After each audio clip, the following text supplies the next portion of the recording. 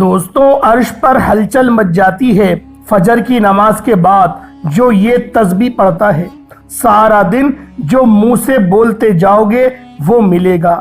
رسول خدا صلی اللہ علیہ وآلہ وسلم نے فرمایا، یہ وہ فضیلت اور برکت والی تسبیح ہے کہ جس کو پڑھنے سے نہ صرف گناہ معاف ہوتے ہیں بلکہ فجر کی نماز کے بعد جو یہ تسبیح پڑھتا ہے اللہ اس کی دن بھر کی تمام حاجتوں کو پورا کرتے ہیں، اللہ اس کی پریشانیوں کو دور کرتے ہیں، اللہ اسے بے شمار رزق دیتے ہیں، غیب سے رزق ملتا ہے۔ رسول خدا صلی اللہ علیہ وآلہ وسلم نے فرمایا کہ جو شخص کی صبح شام یہ تسبیح صرف 100 مرتبہ پڑھے تو قیامت کے دن اس سے افضل عمل کسی کا نہیں ہوگا سوائے اس شخص کے جس نے اس کے برابر یا اس سے زیادہ ان کلمات کو پڑھا ہو۔ محترم ناظرین، فجر کی نماز کے بعد جو یہ تسبیح پڑھتا ہے عرش پر ہلچل مچ جاتی ہے۔ اللہ تعالیٰ اپنے بندے کی حاجت کو پورا کرنے کے لیے فرشتوں کی دوڑیں لگوا دیتے ہیں، اس کے ہر معاملات میں اس کی غیبی مدد کرتے ہیں، اس کے منہ سے نکلا ہر لفظ پر اللہ رب العزت کن لکھ دیتے ہیں۔ اللہ والوں، ایک بہت ہی خاص اور مجرب وظیفہ لے کر آپ کی خدمت میں حاضر ہوا ہوں کہ جس کو آپ فجر کی نماز کے بعد صرف 100 مرتبہ پڑھ لیں، لاکھوں کا قرض بھی ختم ہو جائے گا، حاجات ایک دن میں پوری ہو جائیں گی۔ ناظرین، یہ کوئی بڑا وظیفہ نہیں اور نہ ہی کبھی آپ کو بڑے بڑے وظیفے بتاتا ہوں، مختصر سا عمل ہے۔ آج کا وظیفہ نہایت ہی مختصر سا وظیفہ ہے، فجر کے بعد آپ نے اس عمل کو کر لینا ہے، انشاءاللہ پھر اسی وظیفے کا اثر آپ خود دیکھیں گے، رزق مال و دولت کے انبار لگ جائیں گے۔ یہ خاص تسبیح صرف دولت کے لیے ہے، لیکن آج کا یہ وظیفہ، یہ عمل صدق دل کے ساتھ آپ نے کرنا ہے۔ اس عمل کو اگر فقیر بھی کرے گا تو وہ بھی اللہ پاک کی عنایت اور اس کے فضل و کرم سے دولت پر بیٹھ کر راج کرے گا، کیونکہ اس وظیفے میں جو طاقت ہے، اس وظیفے کا جو اثر ہے وہ بہت کم لوگ ہی جانتے ہیں۔ ویسے تو ہم نے اپنے چینل پر بے شمار وظائف بتائے ہیں، لیکن یہ جو عمل ہے، یہ جو وظیفہ ہے، یہ آپ کی ساری پریشانیوں کو ختم کر دے گا۔ آپ کے اوپر لاکھوں کروڑوں کا قرض ہے، انشاءاللہ وہ بھی چٹکی بجاتے ہی ختم ہو جائے گا۔ قرضوں کی ادائیگی ہونے لگے گی، ایسے اسباب پیدا ہو جائیں گے، پھر آپ سب اللہ والوں خود بھی حیران رہ جائیں گے۔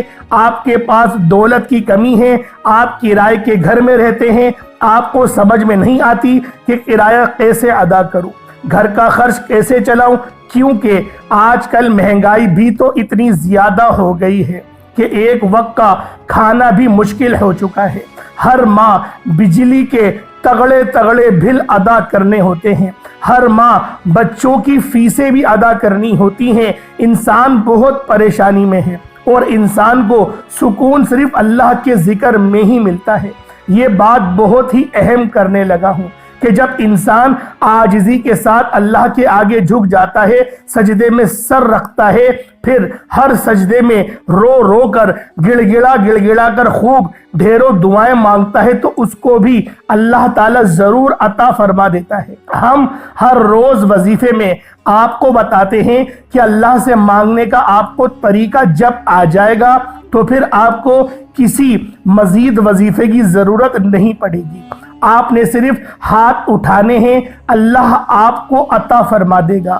لیکن اس سے پہلے آپ کے کچھ اعمال ہوتے ہیں، آپ جو چھوٹی چھوٹی غلطیاں کرتے ہیں، جن کو اگر آپ لوگ سدھار لیں گے اور آپ اپنے کاروبار میں حلال طریقے سے کاروبار کریں گے، یا پھر آپ لوگ رزق کمانے میں حلال ذرائع استعمال کریں گے، جیسا کہ اللہ کے پاک رسول نبی مکرم حضرت محمد مصطفیٰ صلی اللہ علیہ وآلہ وسلم نے کاروبار کیا تھا، آپ بھی اسی طرح کام کریں، حلال اور پاکیزہ طاہر رزق کمائیں۔ اگر آپ لوگ جاب کرتے ہیں تو اس طریقے سے اپنی جاب کریں، نوکری کریں کہ آپ کے اوپر کوئی انگلی نہ اٹھا سکے، آپ ایمانداری سے ڈیوٹی دیں جس کام کی تنخواہ لیتے ہیں وہ کام مکمل جانفشانی کے ساتھ اور مکمل ایمانداری کے ساتھ کریں، اپنے فرائض سے کوئی غفلت نہ کریں۔ ہر ماہ رزق حلال ہی آپ اپنے گھر میں لے کر آئیں اور کوشش کریں کہ آپ کے پورے گھر میں حرام کا ایک لقمہ بھی کسی کے پیٹ میں نہ جائے۔ حلال رزق کمانے سے ایسا ہو ہی نہیں سکتا کہ انسان اپنے اللہ پاک سے مانگے، اللہ پاک اس کی دعا کو رد کر دے، ایسا کبھی نہیں ہو سکتا۔ اور یہ جو وظیفہ ہے، جب یہ وظیفہ کوئی بھی بندہ پڑھتا ہے تو اس وظیفے سے اس کے پاس بے حساب دولت آ جاتی ہے۔ اللہ والوں، یہ ساری نعمتیں جو ہیں، یہ ساری برکتیں جو ہے حلال رزق میں، حلال روزی میں، اللہ پاک کا شکر ادا کرنے میں ہی پوشیدہ ہے۔ تو کوشش کیا کریں کہ کثرت سے اللہ پاک کا شکر ادا کیا کریں۔ انشاءاللہ دیکھنا کیسے آپ کے وارے نیارے ہو جاتے ہیں۔ اگر آپ کے اوپر قرض ہے، یعنی آپ مقروض ہیں، آپ نے سود پر قرض لیا ہوا ہے، تو سب سے پہلے اللہ پاک سے معافی مانگیے، کیونکہ سود حرام ہے، اللہ پاک سے کھلی جنگ ہے۔ تو اللہ سے جنگ کون کر سکتا ہے؟ میرے بھائیوں، میری بہنوں، جو بندہ اللہ سے جنگ کرنے کا سوچے گا وہی دونوں جہانوں میں مارا جائے گا، ذلیل و رسوا ہو کر رہے گا۔ آخرت میں بھی ذلیل و رسوائی اس کے مقدر آئے گی، جہنم کی انتہائی تہ میں، یعنی نچلی سطح پر، نچلے گڑھے میں اس کو پھینکا جائے گا۔ تو آپ نے سب سے پہلے سود کے کاموں سے توبہ کرنی ہے، جھوٹ سے توبہ کرنی ہے، غیبت سے توبہ کرنی ہے، چغلی سے توبہ کرنی ہے، لیکن واضح کریں کہ صرف توبہ نہیں کرنی بلکہ اس توبہ پر قائم بھی رہنا ہے۔ اور سب سے اہم بات جو ہے وہ آپ اپنے رشتہ داروں سے، اگر آپ قطع تعلق ہیں، کسی سے بھی آپ لوگوں نے اگر اپنا رشتہ توڑ لیا ہے تو فوراً جا کر اس سے معافی مانگے۔ بے شک ہم لوگوں کو یہ لگتا ہے کہ ہم لوگ معافی مانگیں گے تو ہمارا سر نیچے ہو جائے گا، حالانکہ اس پہ ایک واضح حدیث ہے کہ نبی مکرم صلی اللہ علیہ وآلہ وسلم نے فرمایا، اگر معافی مانگنے سے تمہاری عزت کم ہوتی ہے تو بروز حشر تم مجھ سے اپنی عزت لے لینا۔ اللہ والوں، بے شک آپ کی غلطی ہو یا نہیں ہو، آپ لوگ اللہ پاک کے اوپر بھروسہ رکھیں اور اللہ پاک کے فضل و کرم کے مشتاق رہیں۔ آپ کے اوپر اللہ پاک اپنا کرم لازمی فرمائیں گے۔ یہ رشتہ داروں کے ساتھ آپ نے اچھا سلوک کرنا ہے، اس کے ساتھ تعلقات جوڑنے کی کوشش کریں، اور آپ لوگ یہ نہیں دیکھیں کہ دوسرا آپ کے بارے میں کیا کہہ رہا ہے۔ اللہ والوں، ایک بہت ہی مشہور قول آج کل جو ہے وہ دنیا میں بہت زیادہ بولا جاتا ہے کہ مجھے غلط بات برداشت نہیں۔ اللہ والوں، غلط بات ہی برداشت کرنے والی ہوتی ہے، صحیح بات تو ہر کسی کو برداشت ہو جاتی ہے۔ جو بات برداشت کرنے والی ہے، ہم لوگ اس بات کو اتنی تمنگری سے کہتے ہیں کہ مجھے غلط بات برداشت نہیں۔ بھائی برداشت ہی غلط بات کرنی ہے۔ جو دونوں جہانوں کے شہنشاہ ہیں، جو مختار کل ہیں، جو خاتم النبیین ہیں، جو امام الانبیاء ہیں، کیا انہوں نے غلط باتیں برداشت نہیں کری؟ انہوں نے تو اپنے اوپر اوجڑیاں بھی برداشت کری، ان کے اوپر دندان مبارک بھی شہید کیے گئے، ان کے خاندان والوں نے چھوڑ دیا، ملک والوں نے چھوڑ دیا، شہر والوں نے چھوڑ دیا، مکمل بائیکاٹ کر دیا گیا، دار ارقم میں قید کر دی گئی۔ وہ جب بھی اللہ پاک کی رضا میں راضی رہے اور سب کو معاف کرتے رہے، حالانکہ ان کی بیٹی کو، جو ہمارے سر کی تاج ہیں، جو ان کی بیٹی ہیں جن کا نام حضرت زینب ہے، بی بی زینب کو بہت کم لوگ جانتے ہیں، جو آپ کی بڑی شہزادی ہیں، جن کو شہید کیا گیا، وہ بھی فتح مکہ کے ٹائم پہ نبی پاک صلی اللہ علیہ وآلہ وسلم کی بارگاہ میں آیا، اپنا منہ چھپائے اور کہنے لگا کہ کوئی کتنا ہی بڑا جرم کا قاتل کیوں نہ ہو، آپ معاف کر دیں گے؟ تو نبی مکرم صلی اللہ علیہ وآلہ وسلم نے فرمایا، اپنے چہرے پر سے نقاب ہٹا، بیٹیوں کے قاتل بھولا نہیں کرتے، تو کلمہ پڑھ میں تجھے بھی معاف کرنے کو تیار ہوں۔ سوچیں، اتنے بلند رتبے والے ہمارے نبی اور ہم ان کے امتی، اور ہم اس طرح سے تمنگری میں ہم آ کر کہتے ہیں، ہم لوگ تکبر میں کہتے ہیں کہ مجھے غلط بات برداشت نہیں۔ سوچیں، وہ رسول، ان کی تعلیمات ہی یہی تھی کہ غلط بات برداشت کرو، کیونکہ وہی بات تو برداشت کرنے والی ہے۔ اللہ والوں، اپنے شب و روز کو اچھے کریں۔ جو چھوٹے چھوٹے گناہ آپ لوگ کر رہے ہیں، جن کا گمان آپ کو نہیں ہے، میں آپ کو چند ایک گنوا دیتا ہوں۔ میں نے بہانہ کر دیا، مطلب جھوٹ بولا، اور کیا آیا قرآن میں لعنت اللہ علی القاذبین، جھوٹ بولنے والے پر اللہ کی لعنت ہو۔ اب رب کی لعنت آپ پر پڑ گئی اور آپ نے کہا میں نے بہانہ لگا دیا، آپ نے کہا میں نے مذاق کر دیا۔ اللہ والو، وہ مذاق جس سے کسی کی دل آزاری ہو، وہ مذاق بہت برا ہے، بدترین مذاق ہے۔ نبی پاک نے بارہا صحابہ کرام کو اس چیز کی تلقین دلائی۔ تو اللہ والو، اپنے شب و روز کو اچھے کریں، انشاءاللہ العزیز بلندیوں پر آپ لوگ چڑھ جائیں گے۔ آپ لوگوں کو کبھی بھی انشاءاللہ کسی مارکے میں منہ کی نہیں کھانی پڑے گی۔ آپ مٹی میں بھی ہاتھ ڈالیں گے تو وہ سونا بن جائے گا۔ اللہ والو، آج کا جو وظیفہ ہے اس کی ترتیب آپ اچھے طریقے سے ذرا سمجھ لیں، اور میری باتوں پر آپ نے عمل بھی کرنا ہے۔ اس کو آپ نے اپنے دوستوں کے ساتھ، رشتہ داروں کے ساتھ لازمی شیئر بھی کرنا ہے، کیونکہ اچھی بات بتانا بھی صدقہ جاریہ ہے۔ کسی ایک بندے نے بھی آپ کی ویڈیو شیئر کرنے سے اس پر عمل کر لیا، قیامت تک آپ کو اس کا اجر و ثواب ملتا رہے گا، جب تک وہ اس بات پر عمل کرتا رہے گا۔ اللہ والوں، اب آپ لوگوں نے نماز فجر کی جو نماز ہے اس کو ادا کر لیں۔ آپ نے کوشش کرنی ہے کہ وہیں اسی جگہ پر بیٹھ جائیں۔ مردوں نے کوشش کرنی ہے کہ وہ مسجد میں جا کے جماعت کے ساتھ نماز ادا کریں۔ عورتوں نے گھر میں نماز ادا کرنی ہے۔ اگر آپ کو ٹائم نہیں ملتا یا آپ نے کہیں جانا ہوتا ہے تو آپ عشاء کی نماز کے بعد سونے سے پہلے بھی اس وظیفے کو کر سکتے ہیں، کوئی ایسی پابندی نہیں، لیکن فجر کی نماز کا وقت کرنا زیادہ بہتر ہے۔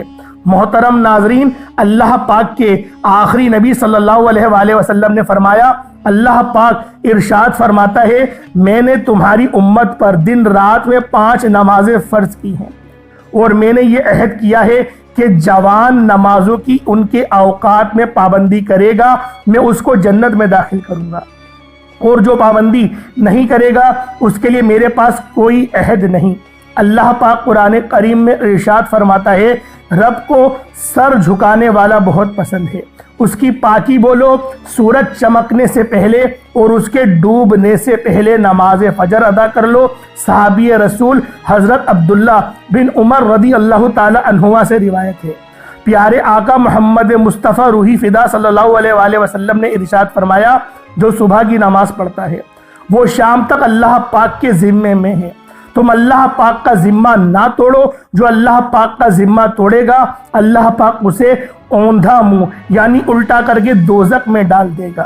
حضرت سلمان فارسی رضی اللہ تعالی عنہما سے روایت ہے، اللہ پاک کے آخری نبی صلی اللہ علیہ وآلہ وسلم کا فرمان عبرت نشان ہے، جو صبح کی نماز کو گویا ایمان کے جھنڈے کے ساتھ کیا گیا ہو، جو صبح بازار کو گیا ابلیس یعنی شیطان کے جھنڈے کے ساتھ کیا۔ حضرت عمارہ بن ربیعہ رحمت اللہ تعالی علیہ فرماتے ہیں، میں نے نبی کریم صلی اللہ علیہ وآلہ وسلم کو فرماتے سنا، جس نے سورج کے طلوع مغرب ہونے سے پہلے نماز ادا کی یعنی فجر اور عصر کی، وہ ہرگز جہنم میں داخل نہ ہوگا۔ حضرت ابو عبیدہ بن جراح رضی اللہ تعالی عنہ بیان کرتے ہیں، رسول اکرم صلی اللہ علیہ وآلہ وسلم نے ارشاد فرمایا، جمعے کے دن پڑھے جانے والی نماز با جماعت سے افضل کوئی نماز نہیں، میرا گمان یعنی خیال ہے تم میں سے جو اس میں شریک ہوگا اس کے گناہ معاف کر دیے جائیں گے۔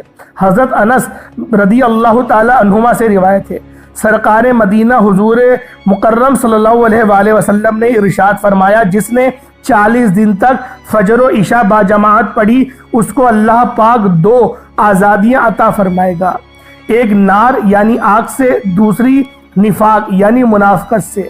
نماز جنت کی چابی ہے، اللہ پاک ہمیں وقت پر 5 نمازیں پڑھنے کی توفیق رفیق عطا فرمائے، ایمان پر ثابت قدمی عطا فرمائے، آمین یا رب العالمین۔ فجر میں ہم کو اٹھنے کا شوق دے، سب نمازیں ہم پر پڑھیں، اور وہ ذوق عطا کر، وہ شوق عطا کر جو صبح کی نماز سورج نکلنے سے پہلے پڑھ لیں یعنی با جماعت ادا کریں۔ یا ایسا بندہ اللہ پاک کے ذمے میں چلا جاتا ہے جو 2 نمازیں یعنی فجر اور عصر کی نماز شوق سے پڑھتا ہے، اللہ پاک اس کے لیے باقی نمازیں پڑھنا آسان کر دیتے ہیں۔ جب اسے موت آئے گی اللہ پاک اس کے لیے جنت کے 8 دروازے کھول دے گا۔ فجر کی سنتیں دنیا کے خزانوں سے بہتر ہیں۔ اللہ پاک قیامت کے دن اسے اپنا دیدار نصیب کرے گا۔ فرمان مبارک ہے، اے میرے صحابہ، منافقت بندے پر نماز بوجھ اور سب سے بھاری نماز فجر ہے۔ فجر کی نمازوں کی فضیلت کو مد نظر رکھتے ہوئے گزارش ہے کہ اگر آپ اپنی دنیا اور آخرت سنوارنا چاہتے ہیں اور دونوں جہانوں میں کامیابی حاصل کرنا چاہتے ہیں تو فجر کی نماز کو اپنے اوپر لازم کر لیجئے۔ اللہ پاک ہماری موت اور آخری سانس بھی نماز فجر ادا کرتے ہوئے عطا کرے، آمین یا رب العالمین۔ اللہ والوں، وقت کی نزاکت کو مد نظر رکھتے ہوئے آئیں آج کے اس خاص عمل، اس خاص وظیفے کی طرف چلتے ہیں۔ اس سے پہلے اگر آپ لوگ ابھی تک اس چینل پر نئے ہیں اور آپ لوگوں نے ابھی تک اس چینل کو سبسکرائب نہیں کیا تو خدا را اس چینل کو ابھی سبسکرائب کریں، ویڈیو کو لائک اور شیئر کریں۔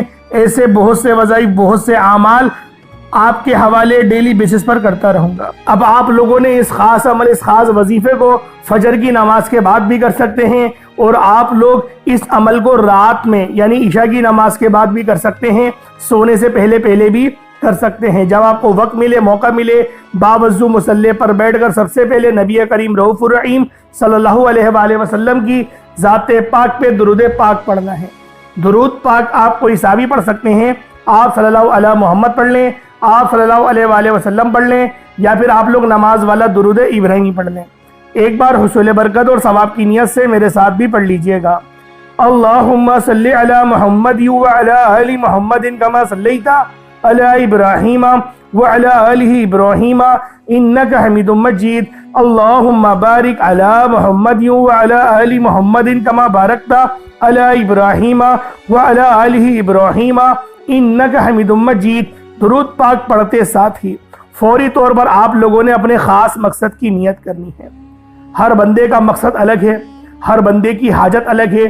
کوئی رزق کے لیے پریشان ہے، کوئی مال و دولت کے لیے پریشان ہے، کوئی مقروض ہے، قرض اتارنا چاہتا ہے، کوئی اپنی بیٹیوں کے بہترین رشتے کرنا چاہتا ہے، کوئی بے اولاد ہے، صاحب اولاد ہونا چاہتا ہے، کسی کے گھر میں لائٹ نہیں آ رہی، سولر سسٹم لگوانا چاہتا ہے۔ اس طریقے کی آپ کی کوئی بھی خواہش ہے، آج آپ لوگوں نے اللہ پاک سے کھل ڈل کے مانگنا ہے۔ آج ماں باپ بھی اس عمل کو کریں، اپنے بچوں کے روشن مستقبل کے لیے کریں، اپنے بچوں کو کامیابی پر لے جانے کے لیے کریں، اپنے بچوں کی آپ لوگ محبت کے لیے کریں، تاکہ آپ کو اپنے بچوں کی فرما برداری بھی نصیب ہو، کیونکہ ایسے ماں باپ بہت کم ہوتے ہیں، نصیب والے ہوتے ہیں جن کی اولادیں ان کی فرما برداری کرتی ہیں۔ تو لہٰذا آپ لوگوں نے اللہ پاک سے اپنے فرما بردار بچے کے لیے لازمی دعا کرنی ہے کہ میرے مولا میرے بچے کو میرا ہمیشہ فرما بردار بنا کے رکھنا۔ اس طریقے سے آپ لوگوں نے ضرور اللہ پاک سے دعا کرنی ہے اس خاص عمل، اس خاص وظیفے کو پڑھتے ہوئے۔ اب آپ لوگوں نے فوری طور پر ایک بار اعوذ باللہ من الشیطان الرجیم بسم اللہ الرحمن الرحیم پڑھ کر وظیفے کا آغاز کرنا ہے۔ اب یوں محسوس کریں جیسے دنیا جان سے آپ کا تعلق ختم، اور بسم اللہ پڑھنا بہت افضل ہے۔ جس طریقے سے قرآن پاک کا آغاز بھی بسم اللہ سے ہی ہوا، جیسے حضرت سلیمان کی بہت ہی مبارک روایت ہے کہ حضرت سلیمان علیہ السلام نے اپنے خط کا آغاز اللہ تعالیٰ کے بابرکت نام سے ہی کیا۔ اس طرح حضرت نوح علیہ السلام کی کشتی کے چلنے کا تذکرہ قرآن مجید میں کیا گیا ہے، تو اللہ تعالیٰ نے ارشاد فرمایا، ترجمہ اور کہا، اس میں سوار ہو جاؤ، اس کا چلنا اور تیرا نا اللہ کے نام سے ہی ہے، بے شک میرا رب بخشنے والا مہربان ہے۔ گویا کسی بھی ایسے کام کا آغاز جو جائز ہو تو اللہ کا نام لینا اور اسے شروع کرنا انبیاء علیہ الصلوۃ والتسلیم کی سنت مبارکہ ہے، جو اس کام میں برکت پیدا ہوتی ہے۔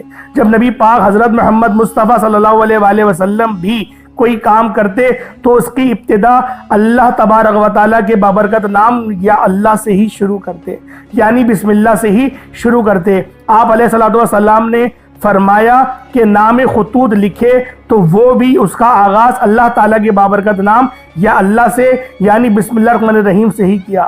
تو معلوم ہوتا ہے کہ بسم اللہ الرحمن الرحیم کی کیا برکات ہیں۔ تو لہٰذا آپ لوگوں نے آج کا اس عمل کا آغاز بھی جو کرنا ہے وہ آپ نے بسم اللہ الرحمن الرحیم سے ہی کرنا ہے۔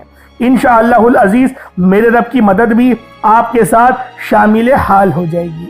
تو اللہ والوں آپ لوگوں نے اب کس طریقے سے کرنا ہے، آپ لوگ پہلے درود پاک پڑھ لیں، 3 بار ضرور پڑھیے گا درود پاک، 3 بار 7 بار 11 بار جو اللہ پاک کی طرف سے توفیق آپ کو ملے اتنی بار آپ نے درود پاک لازمی پڑھنا ہے۔ اور اس کے بعد اپنے خاص مقصد کو ذہن میں رکھ کے آپ لوگوں نے فوری طور پر اعوذ باللہ من الشیطان الرجیم بسم اللہ الرحمن الرحیم پڑھ کر وظیفے کا آغاز کرنا ہے۔ اور آج آپ لوگوں نے وہ کون سی تسبیح پڑھنی ہے جو کہ عرش اعظم کو ہلا دے گی، ہلچل مچا دے گی، فرشتوں کی دوڑیں لگوا دے گی، اس کو ذرا دھیان سے ملاحظہ کریں۔ سبحان اللہ و بحمدہ سبحان اللہ العظیم استغفر اللہ، یہ ایک بار ہو گیا۔ سبحان اللہ و بحمدہ سبحان اللہ العظیم استغفر اللہ، یہ 2 بار ہو گیا۔ سبحان اللہ و بحمدہ سبحان اللہ العظیم استغفر اللہ، یہ 3 بار ہو گیا۔ اس طریقے سے آپ لوگوں نے سبحان اللہ و بحمدہ سبحان اللہ العظیم استغفر اللہ کو ہاتھوں کی انگلیوں پر پڑھ لیں یا تسبیح کے دانوں پر پڑھ لیں، صرف اور صرف 100 بار، یعنی ایک تسبیح، ایک مکمل تسبیح آپ لوگوں نے سبحان اللہ و بحمدہ سبحان اللہ العظیم استغفر اللہ کی پڑھنی ہے۔ اب اللہ والوں دوسرے نمبر پہ کیا کرنا ہے، قرآن پاک کی سب سے بابرکت آیت ہے، یہ آیت الف لام میم کی ہے۔ آپ لوگوں نے الف لام میم کو پڑھنا ہے۔ الف لام میم 1 بار ہو گیا، الف لام میم 2 بار ہو گیا، الف لام میم 3 بار ہو گیا۔ اس طریقے سے آپ لوگوں نے الف لام میم کو ہاتھوں کی انگلیوں پر پڑھ لیں یا تسبیح کے دانوں پر پڑھ لیں، صرف 11 بار 11 ٹائمز پڑھنا ہے۔ الف لام میم پڑھنے سے کیا ہوگا، ذرا توجہ کریں۔ الف لام میم جو 3 کلمات ہیں یہ لوح قرآنی کے کلمات ہیں، ان کا ترجمہ، ان کے معنی صرف اللہ کو پتا ہے اور اللہ رب العزت کی عطا سے محمد مصطفیٰ کو پتا ہے۔ تو یہ جو آیت ہے، یہ جو اللہ پاک کے کلام ہے، رب کے نام ہے، یہ تحفے سے کم نہیں، کیونکہ اگر یہ ہمارے حق میں بہتر نہیں ہوتا تو نبی مقبول خدا کے جو پیارے حبیب ہیں، جو ہمارے آقا دو عالم ہیں، وہ ضرور ہمیں اس کے معنی بتاتے اور اللہ پاک سے اجازت طلب کرتے کہ میری امت کو اس سے آگاہی ہو جائے کہ ان کے لیے یہ خطرناک چیز ہے۔ تو اللہ والوں نبی پاک نے نہیں بتایا تو مقصد کیا تھا، یہ ہمارے لیے تحفہ ہی ہے۔ تو اللہ والے فرماتے ہیں کہ الف لام میم کا وظیفہ جو صبح پڑھتا ہے بندہ، اس کے لیے بہت زیادہ ثواب کا باعث بنتا ہے، دل کے سکون کا باعث بنتا ہے، پریشانیاں ختم ہوتی ہیں، رزق میں برکت بھی ہوتی ہے۔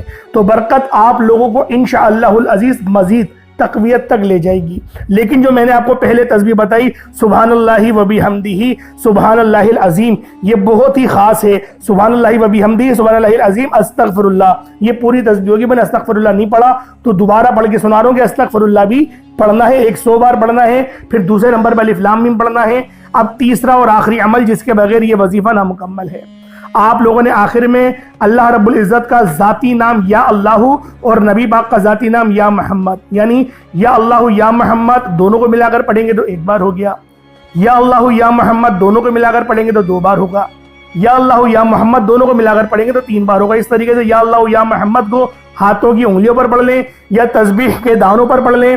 آپ لوگوں نے صرف اور صرف 11 بار 11 ٹائمز پڑھنا ہے۔ اس کے بعد اتنا ہی درود پاک پڑھ لیں جتنا آپ نے اول پڑھا تھا۔ کوشش کریں 3 بار پڑھیں، یا پھر آپ لوگ 4 بار یا 5 بار 11 بار، جتنا زیادہ درود پاک پڑھیں گے اتنا زیادہ آپ لوگ کامیابیوں سے ہمکنار ہوں گے۔ اللہ پاک میرا سنانا آپ کا سننا اپنی پاک بارگاہ الہی میں قبول و منظور فرمائے۔ دوران گفتگو کوئی غلطی کوتاہی ہو گئی ہو، اللہ پاک اپنے شان خدائی کے صدقے معاف فرمائے۔ اللہ پاک آپ سب کو ہمیشہ شاد و آباد رکھے، آپ کی دل کی تمام حاجات کو پورا کرے، ہم سب کی تمام اندرونی بیرونی بیماریوں کو ختم کرے، ہم سب پر اپنی خاص نظر کرم فرمائے، ہمارے والدین کی حفاظت فرمائے، ہماری جان مال عزت آبرو کی حفاظت فرمائے۔ اللہ پاک ہمیشہ حلال کمانے کی توفیق عطا فرمائے۔ اللہ پاک ہمیشہ صراط مستقیم پر چلائے، نامہ اعمال سیدھے ہاتھ میں پکڑنے کی توفیق عطا فرمائے، نبی پاک کی اسماء حسنہ کو زندہ کرنے والا بنائے، اس پر عمل کرنے والا بنائے۔ آمین ثم آمین۔ انشاءاللہ پھر ملاقات ہوگی۔ اپنا بہت سارا خیال رکھیے گا۔ کمنٹ سیکشن میں اللہ پاک کے 99 ناموں میں سے کوئی 2 نام حضور بلغت کے لیے ضرور لکھیے گا۔ السلام علیکم ورحمۃ اللہ وبرکاتہ۔